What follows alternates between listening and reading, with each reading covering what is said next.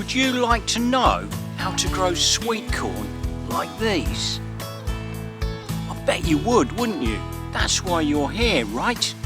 Well, if you want to grow sweet corn like this in a few easy steps, carry on watching. I'm David, this is Grow Mad.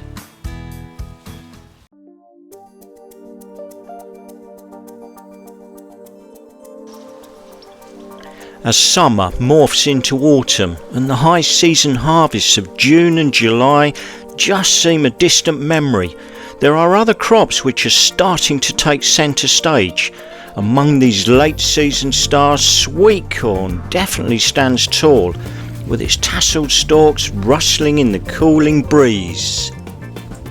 Sweet corn, a beloved staple of the late summer and early autumn, begins to reach its peak in August, fades into September, and the appearance of fresh sweet corn signals the transition of seasons and the bounty of the late harvest. As days grow shorter and nights become crisper, the race is on to enjoy this quintessential late summer crop. So if you think sweet corn is a crop for you, let's take a closer look at this late summer delight. Before delving into the intricacies of growing sweet corn, we first need to understand that not all sweet corn are created equal.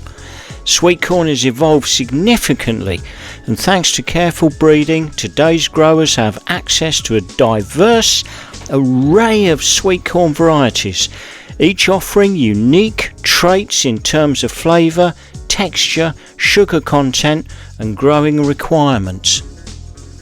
So first up is the standard sweet corn, the traditional variety. Moderate levels of sugar, needs harvesting early, and doesn't have a brilliant shelf life. Thanks to modern breeding, we now have sugar enhanced sweet corn, far sweeter than standard. They also harvest over a longer period and have a much longer shelf life.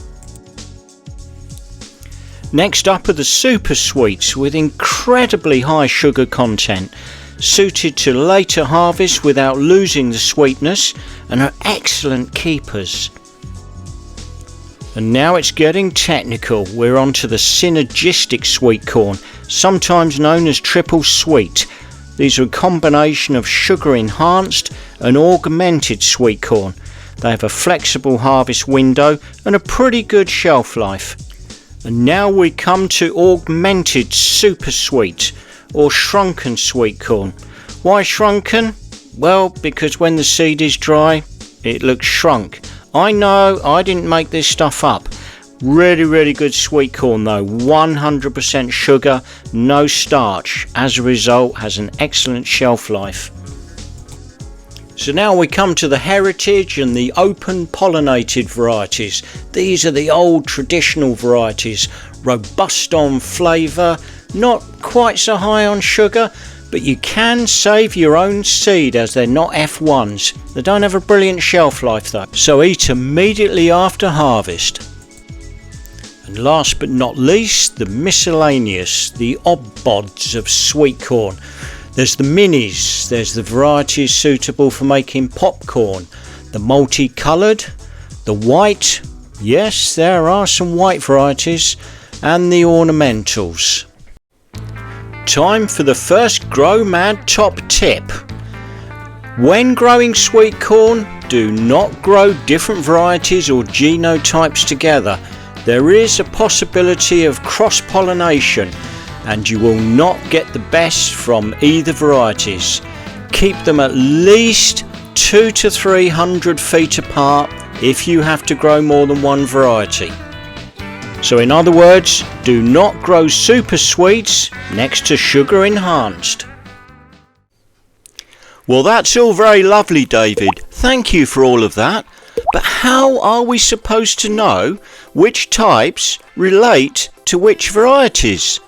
Well, that's actually a pretty good question, I have to admit. But if you look at your favourite seed catalogue, you will see, as I've indicated here, there are codings with each variety. simply match them up with the technical detail that I've given you. And in Mole's catalogue, they even have separate sections for the different types. Anyway, that's enough of that technical stuff. Let's get into some growing. I know that's what you're here for. Let's go.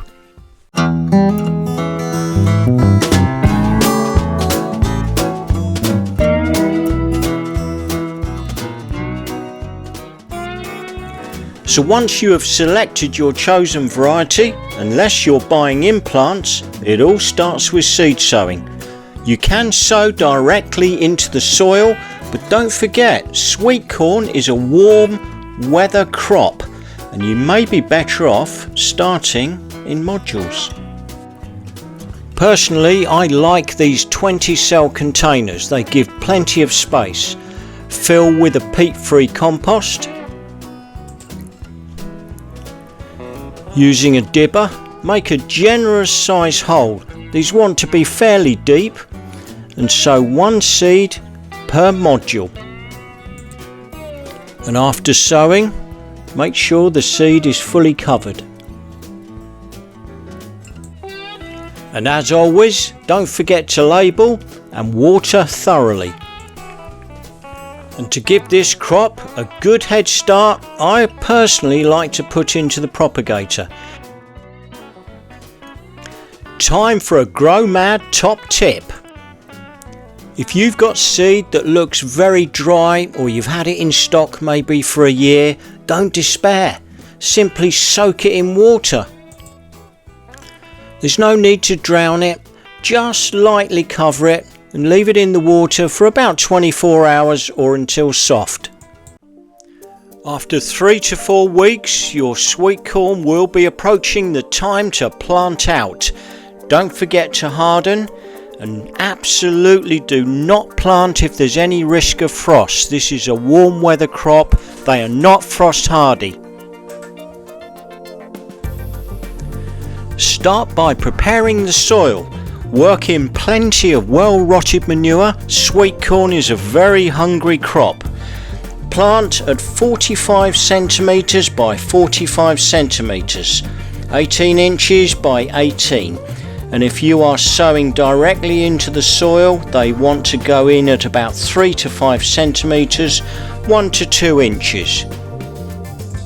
When it comes to pests and diseases, to be fair, sweet corn doesn't really present too many problems, but you may wish to put up some fencing against squirrels, mice, which can be an issue when the cobs start forming, and we do have a particular issue with badgers.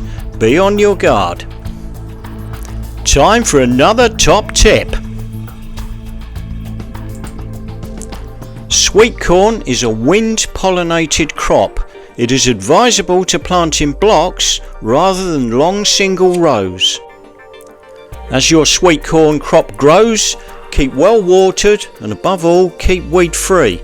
It does not like competition from weed pressure.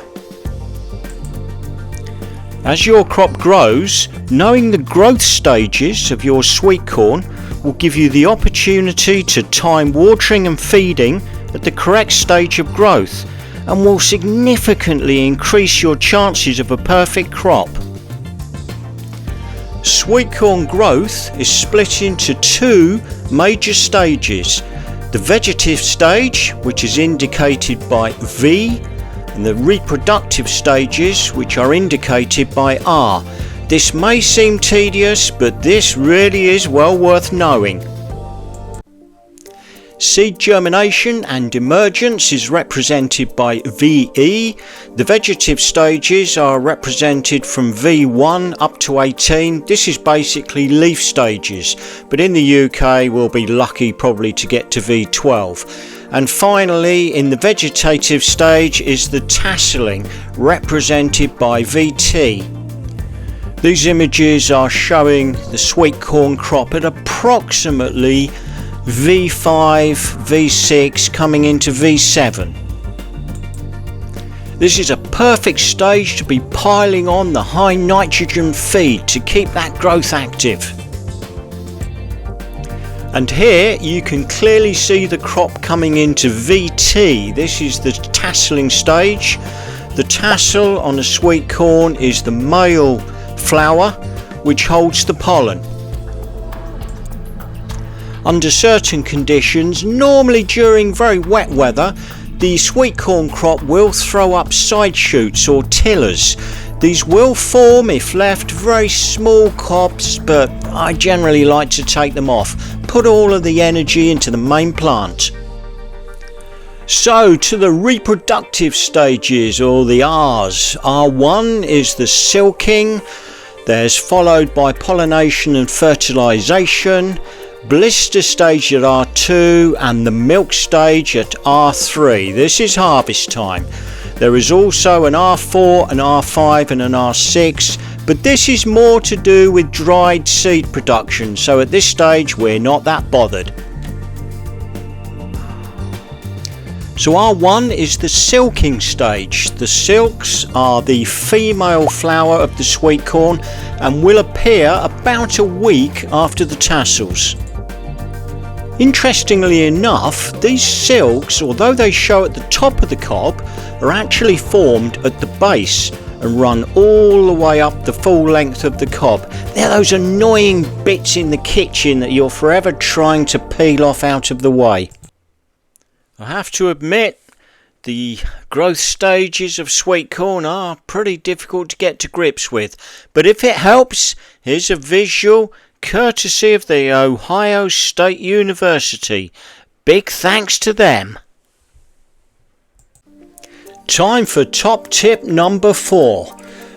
We've all experienced it at one time or another, that annoying bit on the end of the cob that doesn't fill with the kernels. This is caused by poor pollination. Try giving the pollination literally a helping hand, either first thing in the morning or last thing in the evening when the pollen is at its best. Just grab hold of the tassel and give it a good shake. Alternatively, snap it off and actually take it down and brush it onto the silks. This should sort this problem. It's critical at this point to keep well watered while the fruit is developing. Also switch from a high nitrogen to a high potash feed.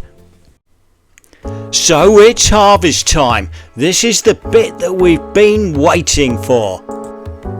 From anywhere between 80 to 120 days, your sweet corn will be ready for harvest. This will depend on whether it's an early, a mid or a late variety, and of course the weather. A reliable indicator of when your corn is approaching harvest will be the fact that the silks go from a white colour to a maroon colour to a very dead looking brown. When they're at this stage, they should be good to go. Once these silks are brown, just gently peel back some of the outer husk. Have a look inside. If they're oozing milky liquid, they are ready for the kitchen. So when you've identified your cobs that are ready for harvesting, simply just pull down, break them off.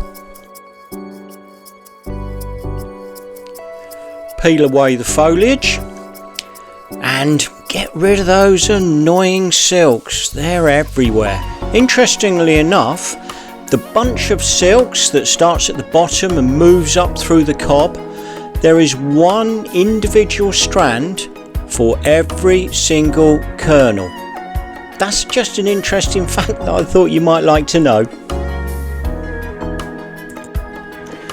So you're probably thinking, well, before we get into the kitchen, what about some seed and variety recommendations?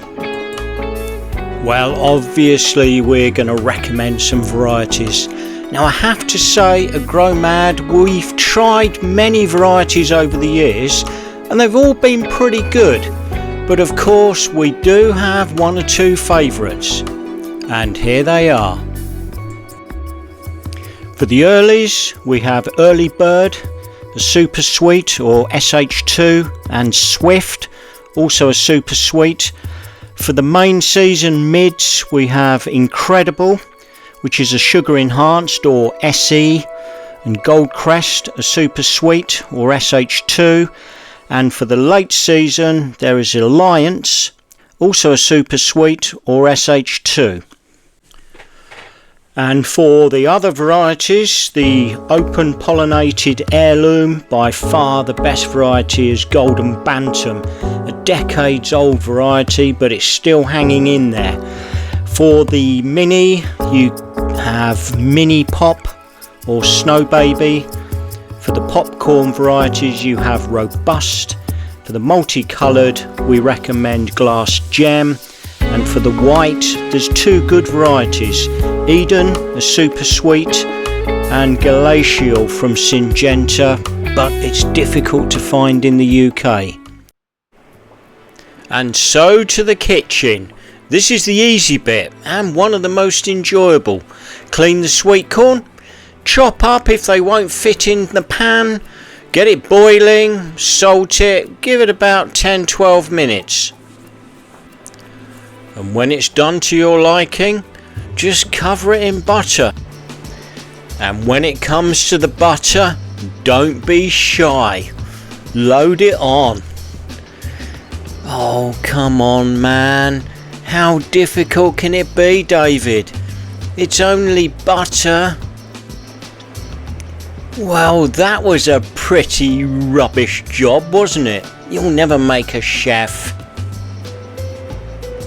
Prepare the sweet corn forks and enjoy.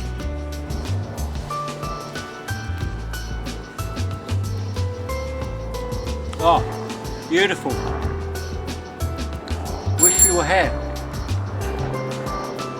Thanks for watching. Hope that video was useful.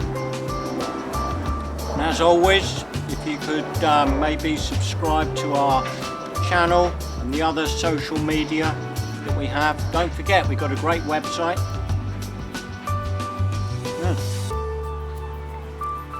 And we will see you on the soil.